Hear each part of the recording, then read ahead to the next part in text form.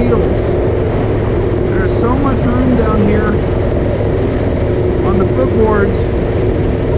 I have endless amounts of ways that I can put my feet when I'm riding. I mean, it's endless.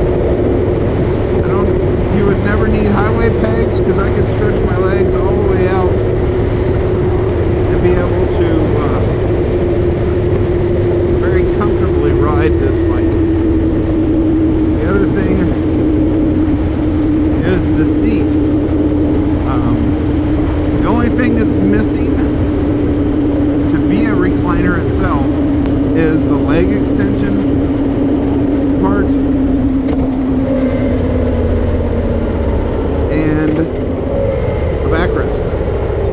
Just like this particular Vision doesn't have a backrest, which would be nice because you could actually stretch out, put your legs all the way forward, and totally stretch out on this bike.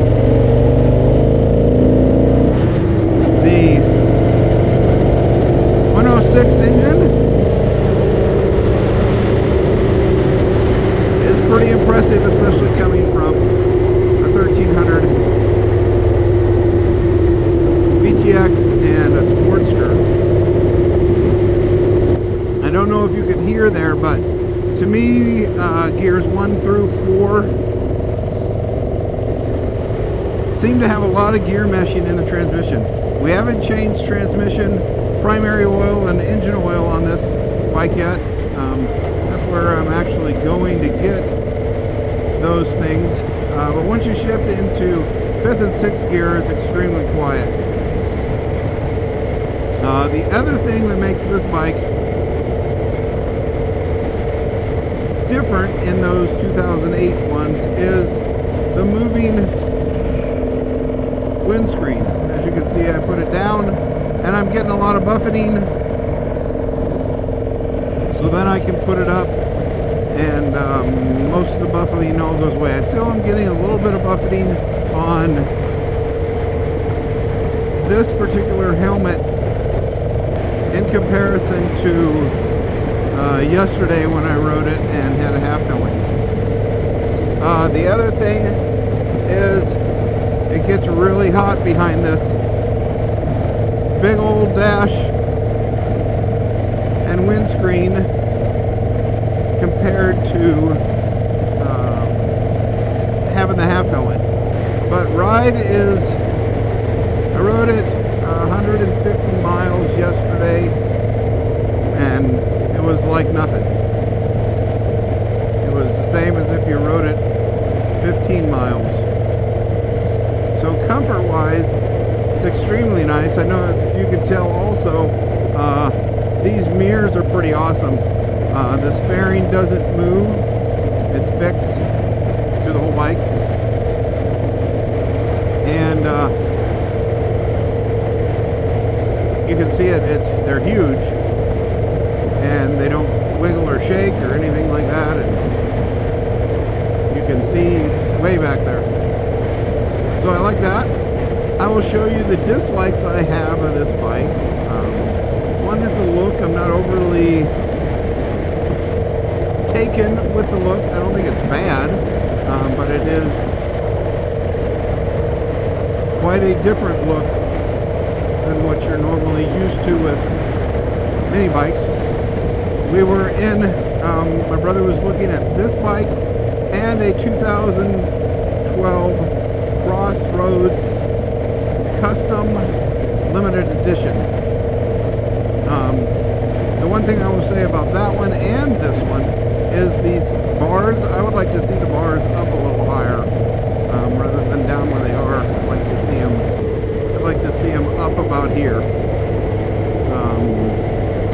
The other thing is the bags on this bike. See ya. The bags on this bike are extremely small, or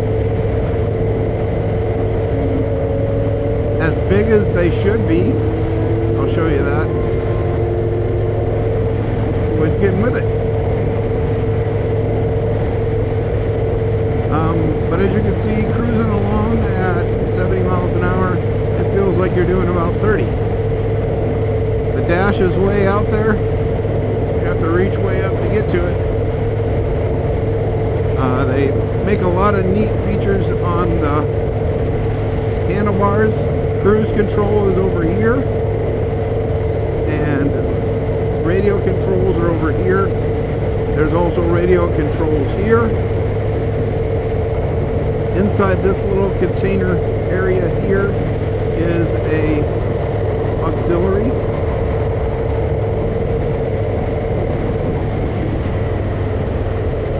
I can't plug my phone in with the auxiliary because it's too long. My phone's too long. There's lots of space up here to be able to mount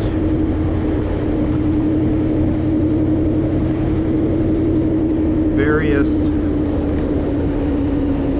down here.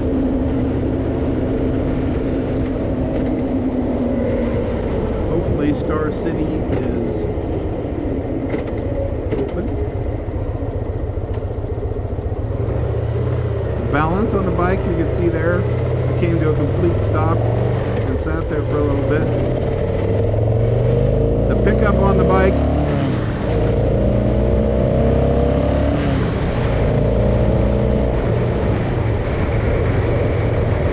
that was 60 in 4th gear, and not even really, I'm not hammering it, I'm just getting going. But you can hear there, you can hear quite a bit of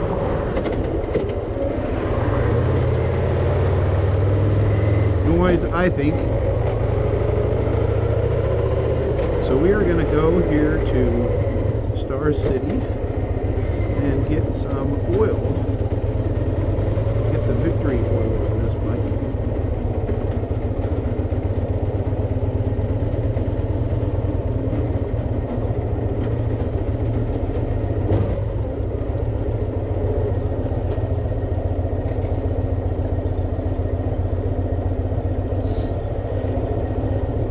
So we will be back here in just a little bit.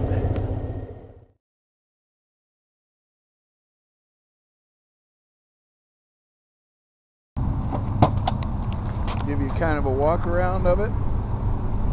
So we'll go up here and I will give you a good shot of heading out onto the interstate.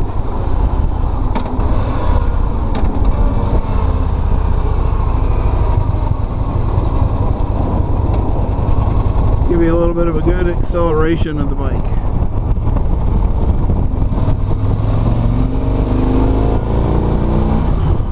There's 50 in 4th, 70 in 4th, 3rd was 50, 70 in 4th at 4,000, just under 4,000.